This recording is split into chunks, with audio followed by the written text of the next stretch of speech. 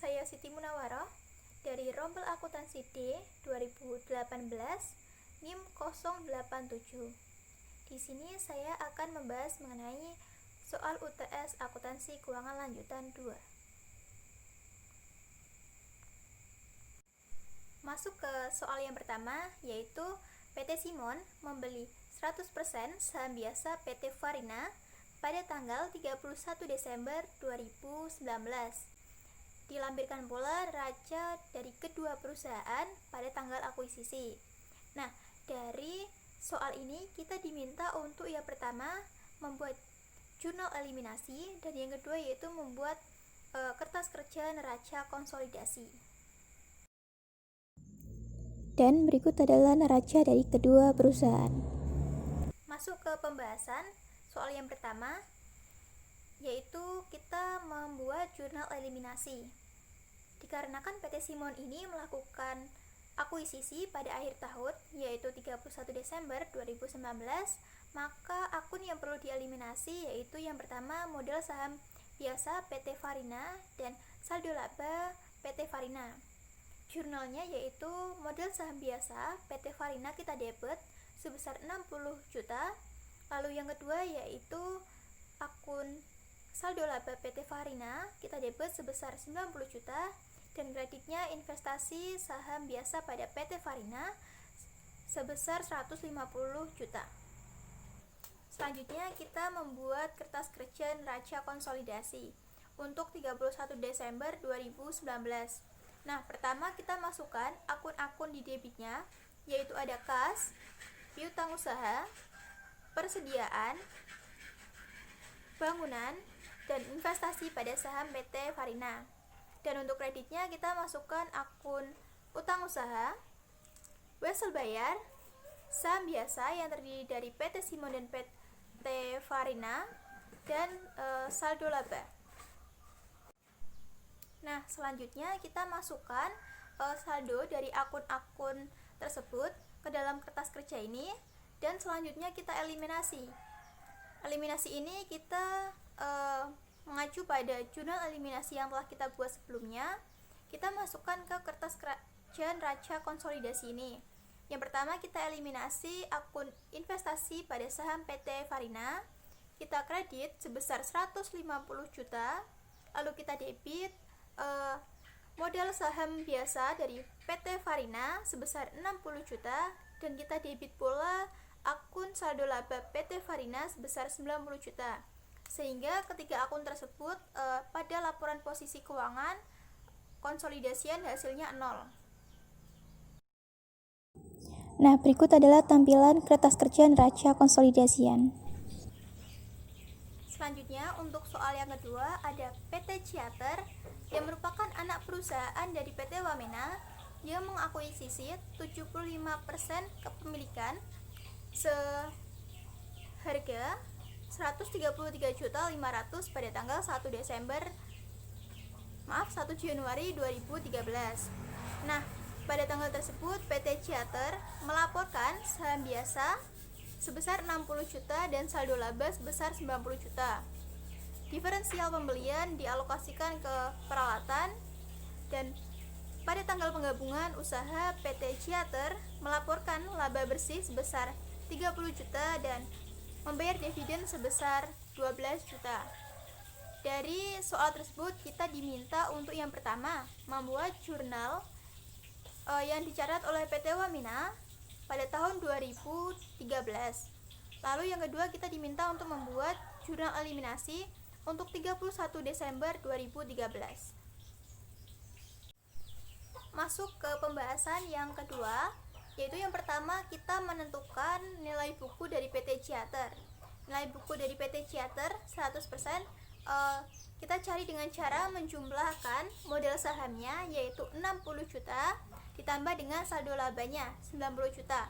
Maka ketemu nilai buku 100%-nya yaitu 150 juta. Dan karena PT Wamena hanya mengakuisisi sebesar 75%-nya saja, maka kita cari nilai buku PT Ciater 75% dengan cara mengalihkan 150 juta tadi kita kalikan 75%, maka ketemu 112.500.000. Selanjutnya kita cari selisih diferensial. Selisih diferensial ini kita cari dengan cara menyelisihkan antara harga beli dikurangi dengan nilai buku. Harga beli 133.500.000 kita kurangi dengan 112.500.000, maka ketemu 21 juta. Nah, selisih diferensial ini dialokasikan ke peralatan dengan umur ekonomi 7 tahun.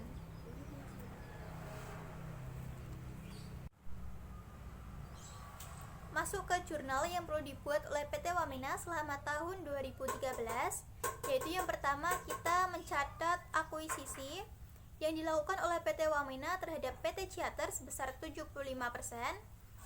Kita jurnal dengan debit investasi pada saham PT Farina, lalu kita kredit kas sebesar 133.500.000.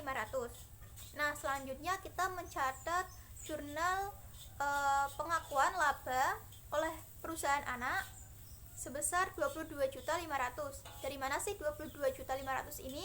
Yaitu didapat dari 75%-nya dari laba yang dilaporkan oleh perusahaan anak, yaitu 30 juta dikali 75%, maka hasilnya 22.500.000. Dengan jurnal investasi pada saham PT Ciater debit dan kreditnya pendapatan dari perusahaan anak sebesar 22.500.000. Nah, jurnal yang ketiga yaitu kita mencatat pembayaran dividen yang dilakukan oleh PT Ciater sebesar 9 juta. 9 juta ini berasal dari 75%-nya dari dividen yang dibayarkan oleh PT Ciater. Dengan jurnal kas debit dan piutang dividen kredit sebesar 9 juta. Masuk ke jurnal eliminasi pada 31 Desember 2013. Yang pertama, kita eliminasi modal saham biasa PT Ciater. Kita debit sebesar 45 juta. 45 juta ini berasal dari 75%-nya saham biasa PT Ciater, yaitu 60 juta dikali 75%. Dan yang kedua yaitu kita eliminasi saldo laba PT Ciater. Laba yang dilaporkan PT Ciater yaitu sebesar 90 juta, kita kali dengan 75%, maka ketemu 67.500. Kita debit saldo laba PT Ciater 67.500, dan kita debit juga diferensial pembelian 21 juta, dan kita kredit investasi pada saham PT Ciater sebesar 133.500. Nah, karena diferensial pembelian dialokasikan ke peralatan, maka kita perlu membuat jurnal pengalokasian diferensial pembelian ini ke peralatan. Kita debit peralatan dan kita kredit diferensial pembelian sebesar 21 juta. Karena peralatan merupakan aktiva tetap yang perlu penyusutan, maka kita buat jurnal untuk mencatat penyusutan peralatan untuk 31 Desember 2013. Kita debit beban penyusutan peralatan, lalu kita kredit akumulasi penyusutan peralatan sebesar 3 juta. Nah, 3 juta ini berasal dari 21 juta dibagi 7, yaitu umur ekonomisnya 7 tahun. Ketemu 3 juta. Itulah pembahasan soal UTS Akuntansi Keuangan Lanjutan 2 atas salah-salah kata maupun pemahaman materi yang masih kurang serta banyak kekurangan dalam video ini. Saya mohon maaf. Wassalamualaikum warahmatullahi wabarakatuh.